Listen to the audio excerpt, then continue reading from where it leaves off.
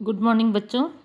आज हम पढ़ेंगे अध्याय 6 प्रेमचंद के फटे जूते, जिसके लेखक हैं हरिशंकर परसाई जी।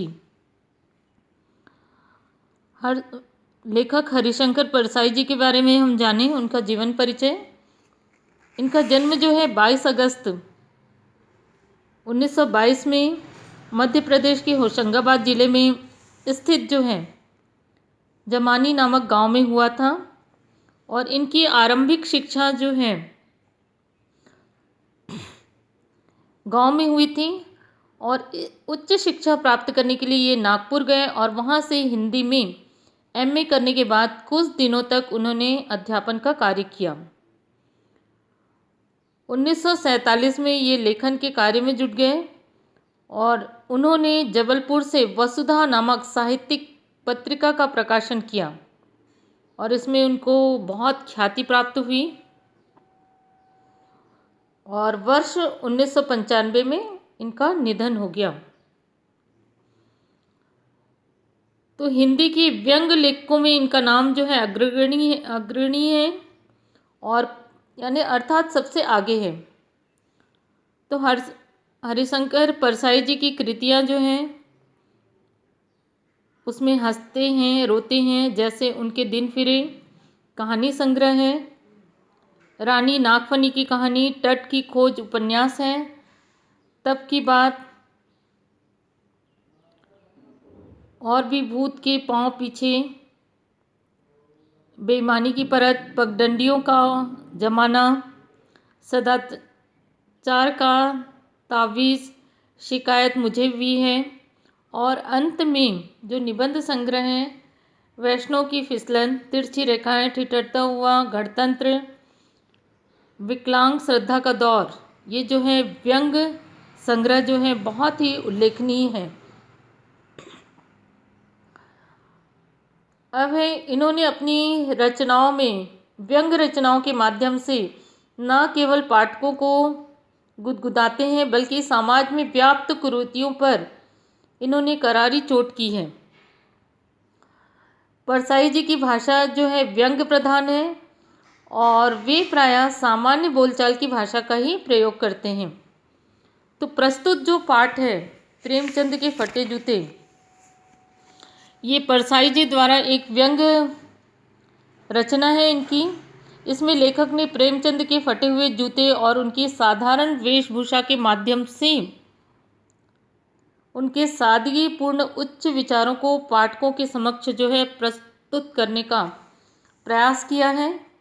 साथ ही प्रेमचंद की अंतर्भेदी सामाजिक दृष्टि का विवेचन करते हुए आज के दिखावे की जो प्रवृत्ति है अवसरवादिता पर व्यंग इन्होंने किया है। तो इस पाठ को पढ़ते हैं बच्चों। तो इसमें लेखक ने प्रेमचंद जी के चित्र का कैसा वर्णन किया है। तो लेखक के सामने प्रेमचंद जी की एक चित्र है, एक फ़ोटो है जिसमें वे अपनी पत्नी के साथ दिखाई दे रहे हैं। प्रेमचंद के सिर पर किसी मोटे कपड़े की टोपी है और उन्होंने धोती कुर्ता पहना है। उनके गालों की हड्डियां जो है उभरी हुई हैं अर्थात निकली हुई हैं। घनी मूँछों के कारण जो है चेहरा जो है उनका भरा भरा हुआ सा लग रहा है। पाँव में कैनवास के जूते हैं और उसके फीते भी ठीक ढंग से बंधे हुए नहीं हैं। अब दाहिने पैर का जूता तो ठीक है इनका, दायां पैर यानी राइट लेग जो है उसका जूता ठीक है, पर बाएं जूते में बड़ा सा छेद हो गया है जिसके कारण पाँव की उंगली जो है बाहर आ गई है। इस फटे जूते को देखकर लेखक की नज़र उस पर ही अटक गई है। अब है प्रेमचंद की सादगी का अनुमान उनकी पोशाक को देखकर लगाया जा सकता है कि किस तरीके से उनकी पोशाक है, वो कितने सादगीपूर्ण साधारण इंसान थे। अब लेखक जो है चिंता में डूब जाता है। लेखक प्रेमचंद के जूते को देखकर इस चिंता में डूब जाता है कि अगर फ़ोटो खिंचवाने के लिए यह पोशाक है तो वास्तविक जीवन में इनकी पोशाक कैसी होगी। फिर उन्हें विचार आया कि प्रेमचंद अंदर बाहर की तरह की अलग अलग पोशाकें रखने वाले मनुष्य नहीं हैं। बल्कि लेखक के अनुसार प्रेमचंद हमारे साहित्यिक पुरखे हैं, लेकिन उस फटे जूते के कारण उन्हें जरा भी लज्जा महसूस नहीं हो रही है और जैसे यह कोई साधारण सी बात हो। अर्थात प्रेमचंद जी को कोई मतलब नहीं है कि उनके पैर का जूता फट गया है। और लेखक ने ये विचार किया कि लोग जो हैं घर पहनने के अलग कपड़े रखते हैं, बाहर पहनने के अलग, लेकिन उनकी जो है अंदर बाहर की अलग अलग पोशाकें रखने वाले ये मनुष्य नहीं हैं। अब है प्रेमचंद जी के बारे में फोटोग्राफर के विचार। जब फोटोग्राफर ने प्रेमचंद जी को रेडी प्लीज कहा होगा, तब परंपरा के अनुसार उन्होंने भी क्या किया होगा, मुस्कुराने का प्रयत्न किया होगा, अर्थात चेहरे में मुस्कान लाने का प्रयास किया होगा। ये लेखक का मानना है। कोशिश की होगी इन्होंने भी मुस्कुराने की, पर जो है ज़बरदस्ती प्रेमचंद ज़बरदस्ती मुस्कुराहट लाने की कोशिश कर रहे हैं होंगे। फोटोग्राफर ने बीच में ही क्लिप करके थैंक यू कह दिया होगा और वह भी सोच रहा होगा कि यह आदमी कैसा है जो जूते पहनकर ही, फटे जूते पहनकर ही फ़ोटो खिंचाने आ गया है। अर्थात लेखक यह सोचने पर विवश है कि वो फोटोग्राफर भी यह सोचने पर विवश हो गया होगा। अब जो है लेखक का प्रेमचंद जी को परामर्श, लेखक जो है प्रेमचंद जी को यह परामर्श देते हैं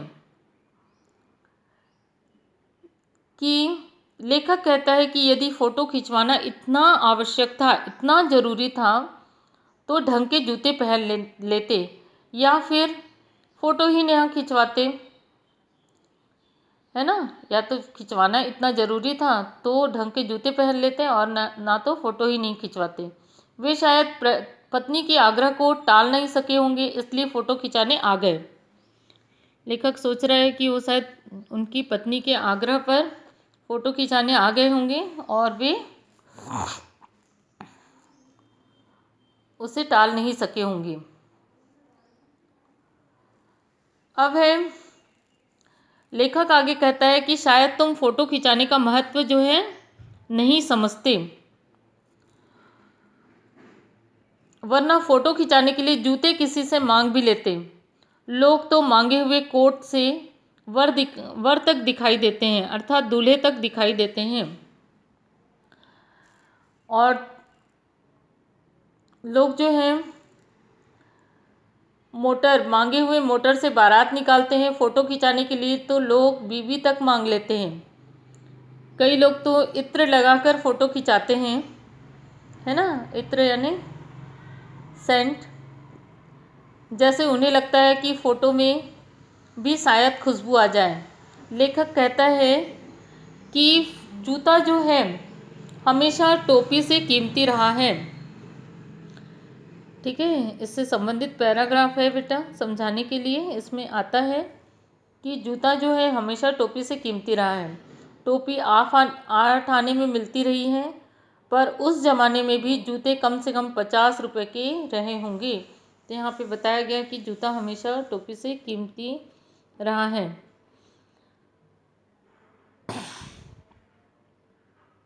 अब यहाँ पे लेखक ने कहा है कि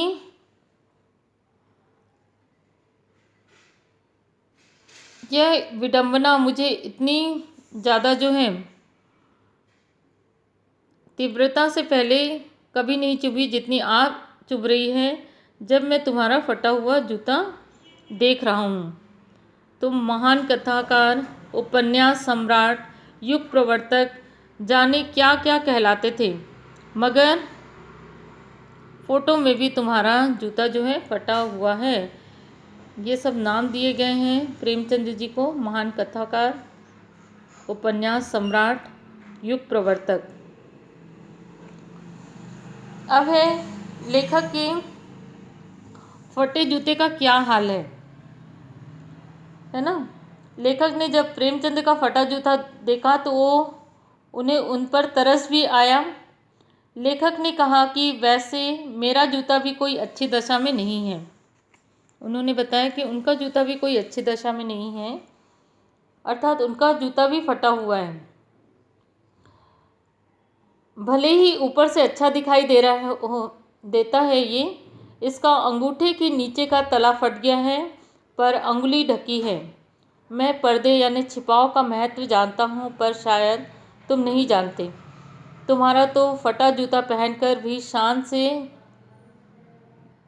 तुम तो फटा जूता पहनकर भी शान से जी लेते हो, पर मैं फटा जूता नहीं पहन सकता। यहाँ पे लेखक उनको कहते हैं कि तुम फटे हुए जूते को भी पहनकर शान से जी लेते हो, लेकिन मैं नहीं जी सकता।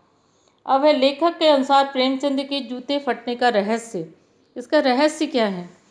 देखो, इसमें दिखाया जा रहा है कौन से पैर का? लेफ्ट पैर, अर्थात बाएं पैर का जूता जो है फटा हुआ है। अब है इसके प्रेमचंद के जूते फटने का क्या रहस्य है? इसको लेखक ने ये कहकर समझाया है कि शायद तुम किसी सख्त चीज़ यानी कठोर चीज़ को ठोकर मारते रहे होगे, जिससे तुमने अपना जूता फाड़ लिया होगा, या फिर तुमने रास्ते में किसी टीले पर अपना जूता आजमाया होगा, ठीक है, पर तुम उससे बचकर भी निकल सकते थे। यह तो समझौते की बात थी, लेकिन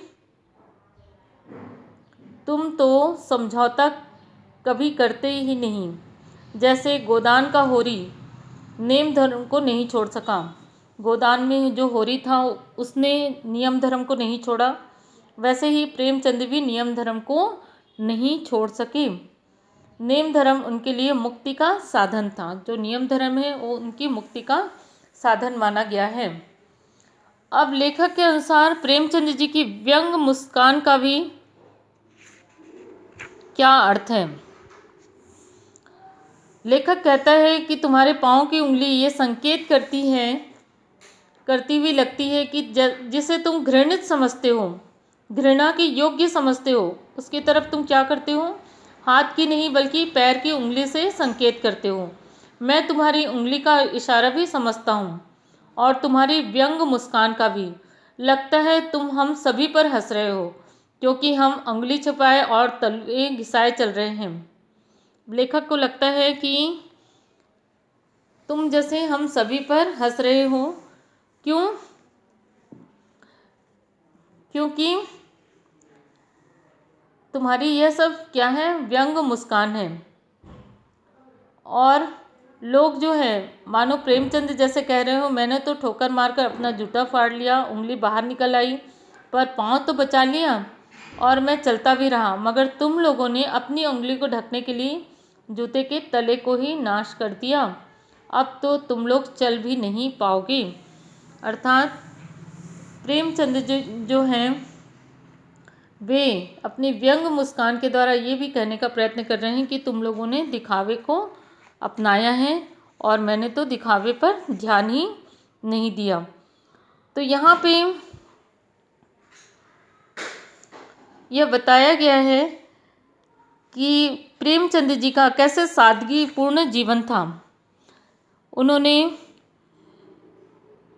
ये भी बताया है कि व्यंग मुस्कान जो है, प्रेमचंद जी की व्यंग मुस्कान किस तरीके से लेखक को पस्त कर देती है। कौन सी मुस्कान है यह? क्या होरी का गोदान हो गया है? क्या पूस की रात में नील गाय जो है हल्कू का खेत चर गई है?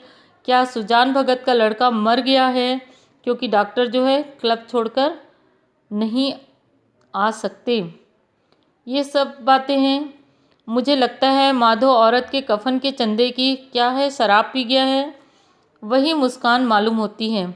अर्थात ये सब बातें जो हैं हो गई हैं, जिसके कारण जो है लेखक जो है कह रहा है कि प्रेमचंद जी की व्यंगपूर्ण मुस्कान है। और होरी का नियम धर्म वाली बात को कही गई है, जिसके कारण वो नियम धर्म उसकी भी जंजीर थी और वो जो है उससे मुक्त नहीं हो सकता था। तो ये सब चीज़ इस पाठ में बताया गया है कि प्रेमचंद जी का जीवन जो है किस तरीके से सादगीपूर्ण था। उन्होंने कैसा सादा जीवन और उच्च विचार वाला जीवन जिया। तो हमें इससे प्रेरणा लेनी चाहिए इस पाठ से, दिखावे की भाग दौड़ में भाग नहीं लेना चाहिए, बल्कि सामान्य जीवन जीकर जो वास्तविकता है उसी के अनुकूल जीना चाहिए। तो बच्चों, ये था आपका बहुत अच्छा पाठ प्रेमचंद जी के फटे जूते। इससे संबंधित क्वेश्चन आंसर मैं भेज रही हूँ। आप लोगों को जो भी समझ में नहीं आएगा वो आप मुझसे पूछ सकते हैं। ओके।